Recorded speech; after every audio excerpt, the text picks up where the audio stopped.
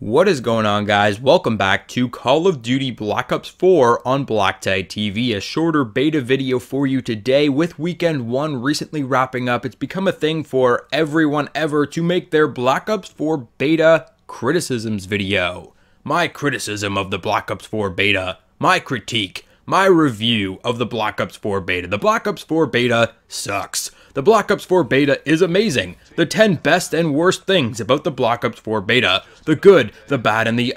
It goes on and on and on. All of these generic fix this videos. I'm personally trying to keep my videos a little more topical, like the things that you might find interesting about the beta, or maybe you didn't know this about this specialist, or tips and tricks about this, that, and the other thing. But as I've said, it is the space between spaces right now where we can provide our feedback to Treyarch and they can work on some of the things that might need a little tweaking. So with that in mind, today I have my unwarranted changes and some minor issues. The minor issues we'll tack on at the end. They'll be very quick, but I'd like to focus on unwarranted changes. So rather than this new thing needs to be taken out of the game, I want to focus on the things that they've changed from previous Call of Duty games. Things that have been in Call of Duty games for years that they've decided to change all of a sudden, and it was totally unwarranted. Like, did that need to change? I don't think so. The first of which being, score streaks are now on triangle. You hold triangle to activate your score streaks, and this can just get in the way because you swap weapons with triangle. And sometimes you'll be activating your score streak and it will automatically switch your weapon, and then an enemy will come around the corner after you're done with your score streak, and now you have a pistol in your hand and you're going to lose that gunfight. Meanwhile, right on the D-pad, which was always used for score streaks, literally does nothing now. Like, at all. So why would we take score streaks off of the right on the D-pad?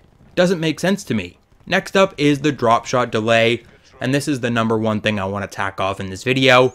Drop shotting has been nerfed into oblivion. Drop shotting has been an advanced tactic since before there were advanced tactics in Call of Duty. This is the OG advanced movement, and it's gone. You cannot drop shot accurately, at least, in the Call of Duty Black Ops 4 beta.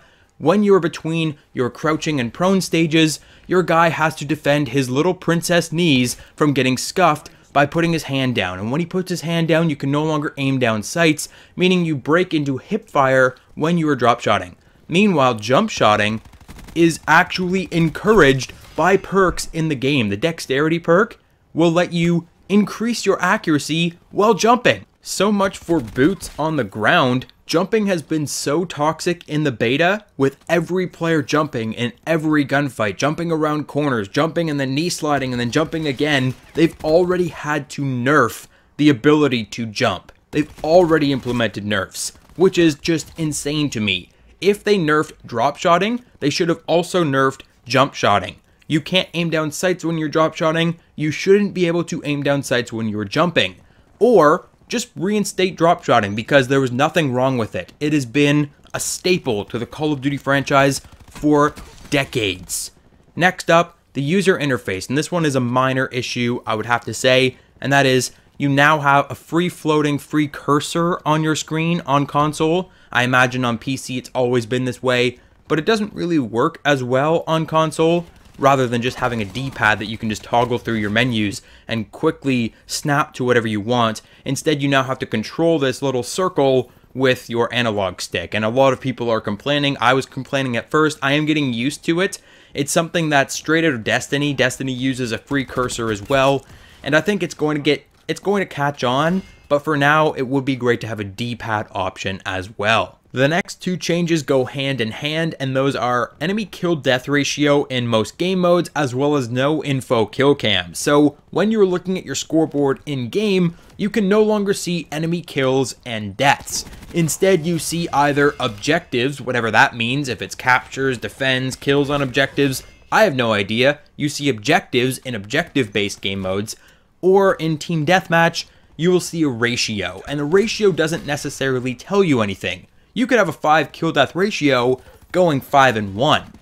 Doesn't necessarily mean you're the best player in the world, and I'd like to know when an enemy is tearing me a new one by seeing that they have 30 kills and 1 death. Oh, that's the guy calling in all the score streaks. You can't do that because it's not an option anymore. You see a ratio and not kills and deaths specifically. I'd like more information on my scoreboard. Similarly, what is the deal with kill cams? You can no longer see enemy class builds in the kill cam, effectively defeating the purpose of the kill cam. People like to see what they got killed by. Tell us what weapon they're using, what attachments, what perks, what equipment, so that we can use that knowledge to improve our game. This has always been a part of kill cams, and now I think the only thing you are able to see is what specialists they are using, which is pretty obvious just by looking at them. The specialists are unique enough to do that. So why do we have kill cams if they don't tell us anything, if we can't learn from them? That has always been what a kill cam is for, and now there's no information given to you when you are killed. And last but not least, in terms of unwarranted changes, choosing a class and specialist. When you start a game, it's a little muddy right now.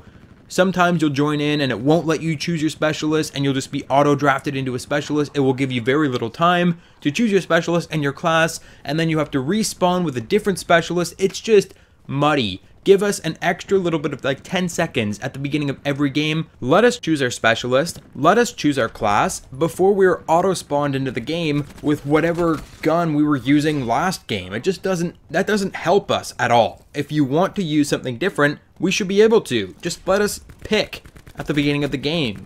In terms of minor issues, off-kilter optics when spectating. So when you're spectating, sometimes the red dot is a little off-center. Phantom reloading sounds. You'll often hear sounds in the background of like reloading when it's not actually happening. Disappearing objectives. The bomb in search and destroy will disappear. The dom points I've had disappear 1 or 2 times.